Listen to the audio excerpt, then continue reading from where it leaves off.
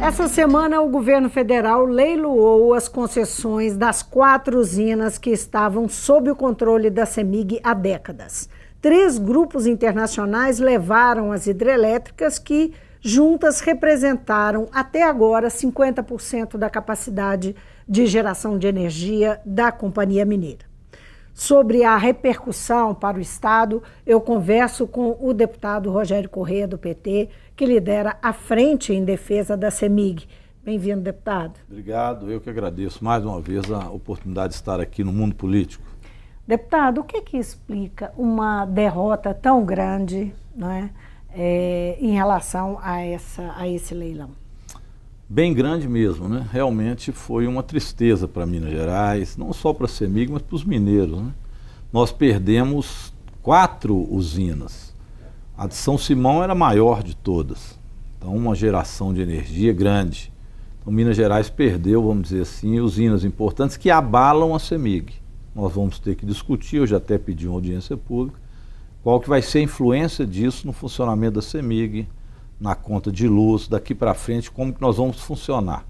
Lembrando também que Andrade Gutierrez já abandonou a CEMIG e ela está vendendo os ativos. Então nós vamos ter que pensar a CEMIG daqui para frente. O resultado, portanto, pode ser até mais catastrófico do que nós imaginamos.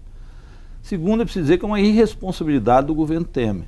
Só mesmo um governo que não teve voto, um governo golpista, que não quer ter voto para frente, é que pode pensar uma barbaridade dessa. Agora, trocar por uns trocados, né, 12 bilhões, do ponto de vista pessoal é muito, mas do ponto de vista do Brasil é pouco. São 12 bilhões, é um trocado diante de uma dívida de 159 bilhões. Ou seja, 12 bilhões vai no ralo.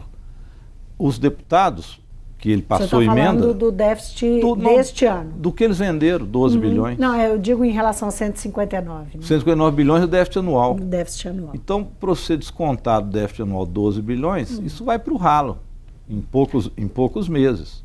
Agora, houve um trabalho... Só para dar mais um dado, que como eu fiz matemática, então a gente tem mania de número.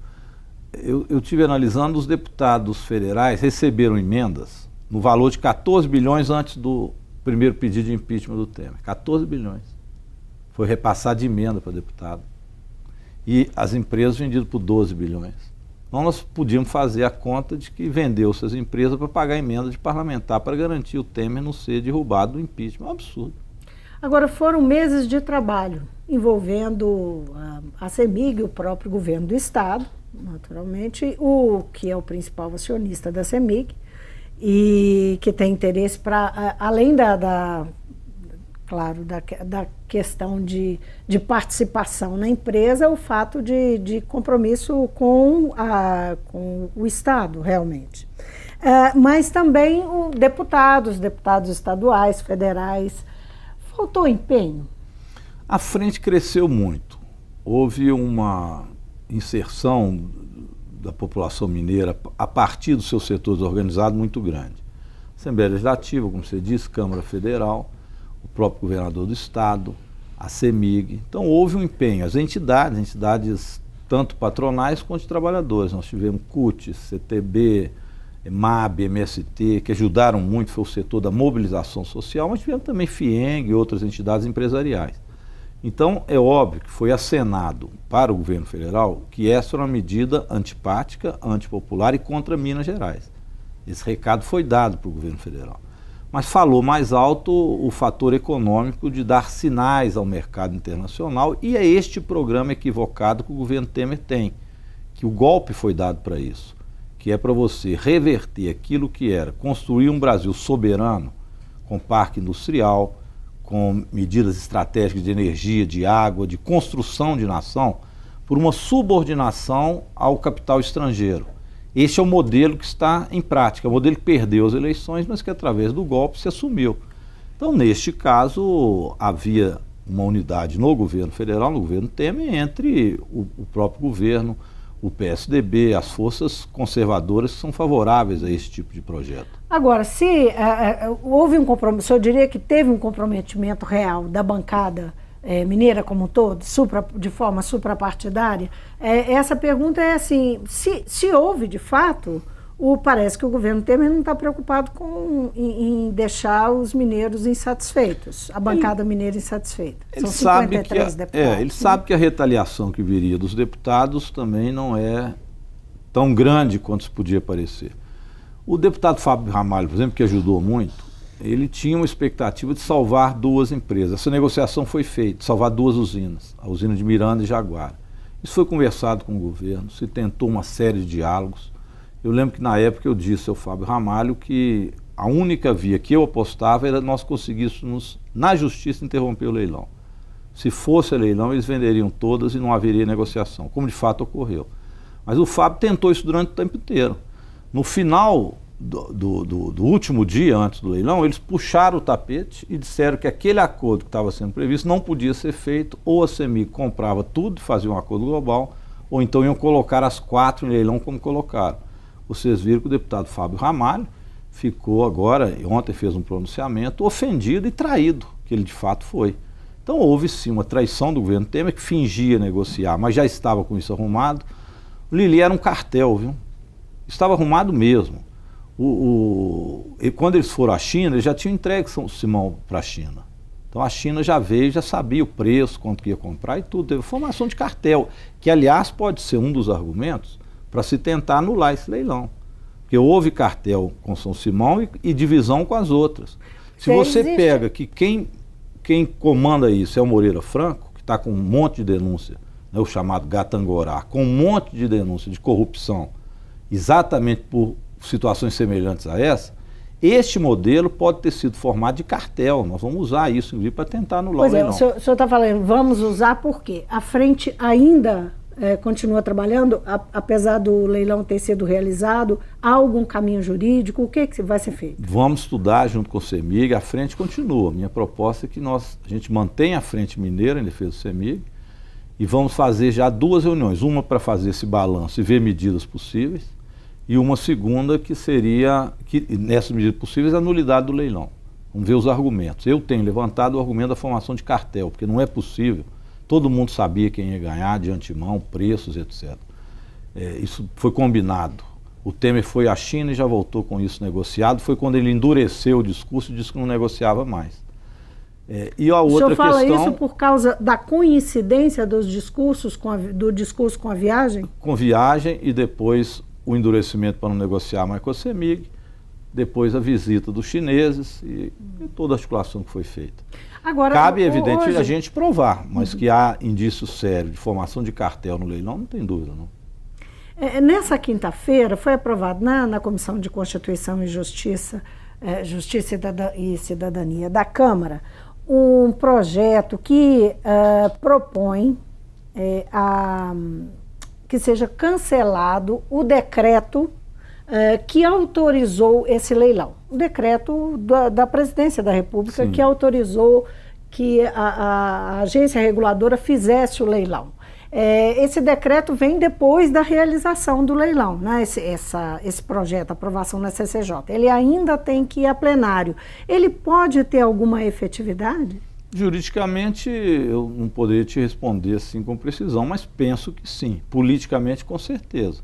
Se a Câmara Federal anula o decreto que possibilitou o leilão, certamente nós vamos buscar que esse leilão seja anulado. Como ele já está cheio de problemas, né, evidentes, então acho que isso contribui. Então acho que também é um campo de luta dentro do parlamento. Então nós vamos continuar com esse campo de luta dentro da frente. Além desse, como eu falei, a justiça e também mobilizações sociais, porque além disso nós precisamos evitar as outras privatizações que já estão anunciadas, né? A Eletrobras eles já estão querendo vender por uma bagatela de 20 bilhões, seria transmissão de energia. E com certeza vai entrar no pacote daqui a pouco Furnas. Estive lá no sul de Minas, alertei os prefeitos, né, os deputados da região. Nós precisamos de nos unir agora, os trabalhadores, MST, MAB, que nos ajudaram muito nesse momento. Foi fundamental a força do movimento social para que crie-se a resistência. Nós vamos ter que tentar evitar os outros. Agora, deputado, a oposição, a mídia em geral e até a própria CEMIG, em argumentos oferecidos publicamente, culpam o governo Dilma pela situação atual. Dizem que caso ela não tivesse lá atrás proposto enfim, não tivesse mudado as regras do setor elétrico, nada disso teria acontecido, a CEMIG não estaria enfrentando esta perda. Como é que, enfim, o PT se coloca, né, e o senhor se coloca diante dessa argumentação? A argumentação é falsa. Em primeiro lugar, é desviar o assunto, né? Quem privatizou foi o Temer. Quem faz parte do governo do Temer é o PSDB. Então eles podiam ter evitado a privatização, bastava não querer privatizar e fazer um acordo com a CEMIG e estender o leilão. Então não há desculpa, não há Dilma nesse processo. Bastava isso, o Temer, junto com o senador Aécio Neves, que ex-senador, né, atualmente presidiário, bastava que ele simplesmente dissesse o seguinte: nós não vamos fazer o leilão, nós vamos fazer a concessão por 20 anos. Fazia um acordo no Supremo, acabou. Então isso é uma mentira, uma desculpa. Poderia também ter sido evitado isso. Mas é uma argumentação política em relação a esse... Não é político porque o Temer é quem estava com a caneta na mão. Se ele quisesse, não tinha leilão. Então o problema é do Temer, não é da Dilma. Bem, quanto ao que eles falam no passado, se o governador Anastasia tivesse aceito o que a Dilma naquela ocasião propôs, que já era prorrogar por 20 anos a concessão, e aceitado a medida provisória da Dilma, nós já estaríamos com ela, mesmo que o Temer não quisesse. Então eles podiam ter evitado, como a Dilma quis evitar isso, antecipando a concessão.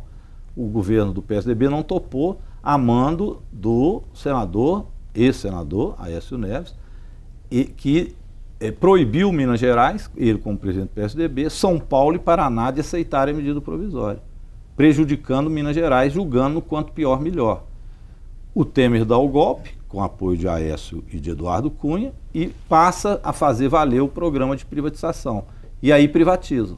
Então o PSDB, nesse caso, sinceramente, eles fingiram que apoiava, fingiram que estava com a gente, mas ajudar que é bom, eu não vi em lugar nenhum. Agora, deputado, vou dizer a verdade, não vi deputado do PSDB em nenhum ato a favor da frente. Eles não foram em nenhum. Então, olha, agora, quando eu falo que o argumento é político, é porque eleitoralmente se usa isso. Tem gente que lutou. O MST lutou, o MAB lutou, os deputados do PT, do PMDB, do governo Pimentel, nós lutamos. Teve deputado que ficou na Assembleia Legislativa fazendo discurso, alertando que isso não ia dar certo. Acho que no fundo torcia para não dar certo. Quando eu falo que se isso é uma questão política, é porque isso pode ser usado, por exemplo, eleitoralmente, dizer, olha, tá vendo, o PT foi lá atrás, quis mudar as regras, o governo Dilma não é bobo, não. Pois é, essa é que é a pergunta. Você acha que isso pode, de alguma forma, ameaçar o PT? Basta a gente perguntar para a pessoa, sabe quem privatizou? O Temer. Sabe quem ajudou o Temer a privatizar? O PSDB. Se o Temer quisesse, ele podia não privatizar? Sim. O que a Dilma teve com isso? Nada. Resolvido. O Temer podia resolver. Não precisava de Dilma. A Dilma já saiu. O PSDB fica olhando fantasmas do passado e destruindo o Brasil no presente. Isso não pega mais. Por isso que a rejeição do Aécio Neves está tão grande igual a do Temer. Não adianta mais julgar a culpa em Dilma. Quem está governando é o Temer, junto com Aécio e com Cunha. Foi um golpe. Quem está governando é o golpe. O Brasil está indo para o buraco com o golpe. Está acabando com as empresas, está acabando com a Petrobras, está acabando com a Amazônia. É o Temer junto com o PSDB. O que a Dilma tem a ver com isso? Nada. O STF julgou, vamos falar, o senhor está aí falando sobre o senador Aécio Neves, vamos falar então exatamente sobre isso. O STF julgou o pedido de prisão do senador, acabou rejeitando o pedido de prisão, mas tomou uma decisão que era porque o senador precisava se recolher à noite em casa, não podia sair e estava afastado das suas, enfim, do exercício do seu mandato. Como é que o senhor avalia a posição da direção nacional do PT, que soltou uma nota fazendo duras críticas ao senador, mas dizendo que era contra a decisão do Supremo, que o Supremo estaria agindo contra a Constituição, invadindo um território soberano, um poder soberano que é o Senado, que é quem tem que decidir sobre isso? Acho a nota errada do PT, da executiva do PT. Eu faço parte da direção nacional e até coloquei essa minha opinião no grupo, né, de WhatsApp da direção nacional do PT. Acho a nota errada. Primeiro que o PT tem que fazer, fez hoje, finalmente, é entrar com um pedido de cassação do senador Aécio Neves no Senado Federal por falta de decoro parlamentar. No Conselho de Ética. No Conselho de Ética. Porque cá entre nós, é óbvio que é falta de decoro parlamentar. Ele foi gravado pedindo propina e depois foi fotografada a mala foi filmado o primo dele, que aliás foi ameaçado até de poder ser morto para não delatar, com as malas que o Aécio Neves tinha combinado na propina. Então um senador que pede propina e recebe propina, é evidente que é falta de decoro parlamentar. Então o que o PT tem que fazer, antes de soltar notas sobre o que o Supremo fez ou não, é cumprir a parte dele e exigir que o Senado cumpra, que é exatamente caçar o senador Aécio Neves. Como o Senado não fez, o Supremo foi analisar o caso. Ora, seria equivocado o Supremo não fazer nada, porque o Senado não fez. Então, por isso eu discordo da nota do Partido dos Trabalhadores. Acho que vamos debruçar sobre o assunto no Senado e vamos caçar o senador Aécio Neves. Aí nós não precisaríamos de decisão do Supremo. O Supremo vai definir sobre um ex-senador que foi caçado porque o Senado agiu. Agora, ficar criticando o STF porque ele tomou medidas, visto que o Supremo não tomou, não dá. Agora, e o negócio do Aécio é tão... Só terminando, o negócio do Aécio é tão nítido, tão claro, ele foi pego com a boca na botija, que se o STF não fizesse nada, o que as pessoas iam dizer? Que o STF está em conluio com o senador Aécio Neves, não é verdade? Então eu não vou criticar o STF por ter feito alguma coisa que o Senado se negou a fazer. Agora, não tem aí uma atitude bastante estratégica da direção nacional do PT, que é de participar, né, de um enfrentamento mesmo com o Supremo, aí se colocando assim, é o legislativo mesmo, na verdade dando força à bancada do PT no Senado para um enfrentamento de um avanço do judiciário. Mais um erro, porque o PT está se unindo no Senado como se o Senado fosse uma instituição democrática pura e não que tenha participado de um golpe no país. Foi esse Senado que destituiu a Dilma, retirou a Dilma por pedaladas que não foram provadas e deu um golpe. Então nós não podemos reconhecer como legítimo também esse Senado deste ponto de vista, que nós pudéssemos fazer uma ampla aliança em torno do Senado, não. A crítica que nós podemos fazer ao Supremo e ao Poder Judiciário tem que ser feita não nos unindo a estes setores golpistas do Senado. Eu, por exemplo, faço uma crítica muito clara ao juiz Sérgio Moro. Acho que ele persegue o presidente Lula porque ele é parte também desse golpe. E ele não arrumou prova nenhuma contra o Lula e quer caçar o Lula de todo jeito. O Moro não tem um processo que ele leve à frente contra ninguém do PSDB. Ele tem uma determinação. Caçar o Lula e não deixar o Lula ser candidato para fortalecer a ideia do golpe que foi dado no Brasil e o programa conservador que está aqui, que o Moro é um deles. É amigo dos tucanos, a esposa já foi tucana, o pai já foi... Ele é tucano. Como tucano, ele está exercendo na atividade do judiciário uma atividade política. Essa crítica eu faço ao Poder Judiciário que faz isso. Agora, eu não vou me juntar a Aécio Neves, a Padilha e a outros para nos unir no Senado contra o STF como se fosse um bando de anjos no Senado. O senhor não vê uma necessidade de enfrentamento dos avanços do Poder Judiciário que estariam acima, quer dizer, uma questão institucional que está acima da questão partidária? Vejo necessidade de fazer uma reforma política no Brasil, institucional, através de uma Assembleia Nacional Constituinte, que modifique, inclusive, os poderes do judiciário. O judiciário não pode ser o que ele é hoje, ele não tem controle externo. O juiz não acha que é Deus, ele tem certeza. Então ele age como Deus, ele não está nem aí para as forças sociais. Ele, enfim, ele faz o que quiser da cabeça dele e não há punição. Isso é errado. Você tem que ter um controle externo no Poder Judiciário. Agora, eu não vou me juntar com pessoas que são golpistas, que não respeitam a democracia, que não respeitaram o voto, para combater o Poder Judiciário. Então eu vou dizer que eu sou a favor de uma Assembleia Nacional Constituinte. Então acho que a nota do PT foi toda errada. Além do que, faz uma confusão na cabeça da militância, porque os outros aproveitam. O PT está aproveitando para proteger o Aécio. Por mais que você explique, não é isso, parece que é isso. Então acho que a nota não ajudou em nada, só atrapalhou. Sabe o que eu acho também? Uma parte do PT faz luta política como se estivesse numa aula de balé. Entra no ringue para lutar boxe com bailarino, aí não tem jeito.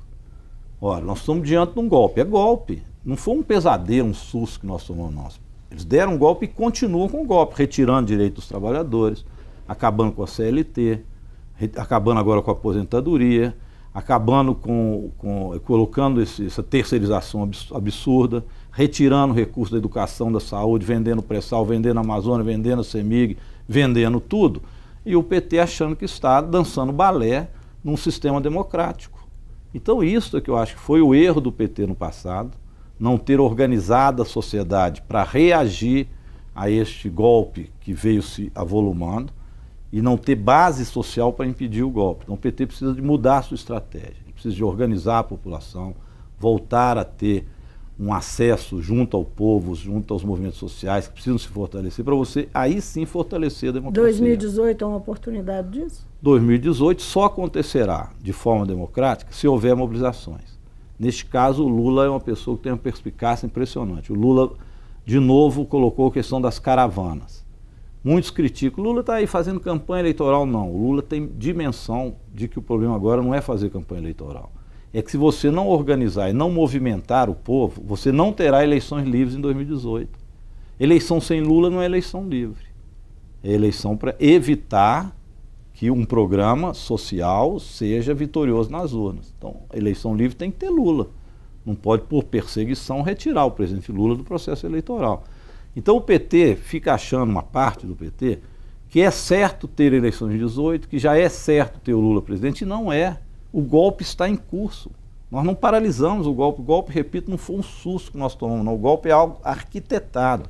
E existem forças políticas na sociedade que arquitetam e levam esse golpe à frente. Você tem que desarticular isso para poder retomar a democracia e voltar ao rumo de crescimento, com desenvolvimento econômico e divisão de renda, que é o nosso programa. O senhor tem expectativa de que o presidente consiga disputar a eleição, o ex-presidente? Tenho, porque acho que... da situação judicial dele? Tenho, porque acho que esses movimentos sociais vão se fortalecendo. A caravana no Nordeste foi linda, apesar da Globo esconder e outros.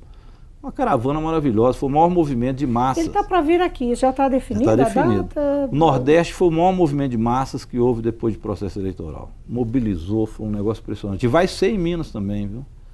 Tem data? Já tem data, 22 a 30, o Lula vem, vai fazer um trajeto passando aqui, iniciando no Vale do Aço, vai subir para o Vale do Rio Doce, Vale do Mucuri, Jequitinhonha, vai para o norte de Minas, volta lá para o Diamantina no Vale e desce para Belo Horizonte, passando por Cordisburgo. Então a agenda já está fechada? A agenda está fechada, o Lula vem não fazer uma festa bonita para ele, mas festa no sentido de luta. É mobilização social para garantir eleições democráticas em 2018. Deputado, muito obrigada pela presença. Eu que agradeço. Eu conversei com o deputado Rogério Correia, do PT, que lidera a frente em defesa da CEMIG. Nosso principal assunto hoje aqui foi justamente o leilão da CEMIG, que soou em Minas Gerais como uma grande derrota imposta à empresa, ao governo do Estado, pelo governo federal.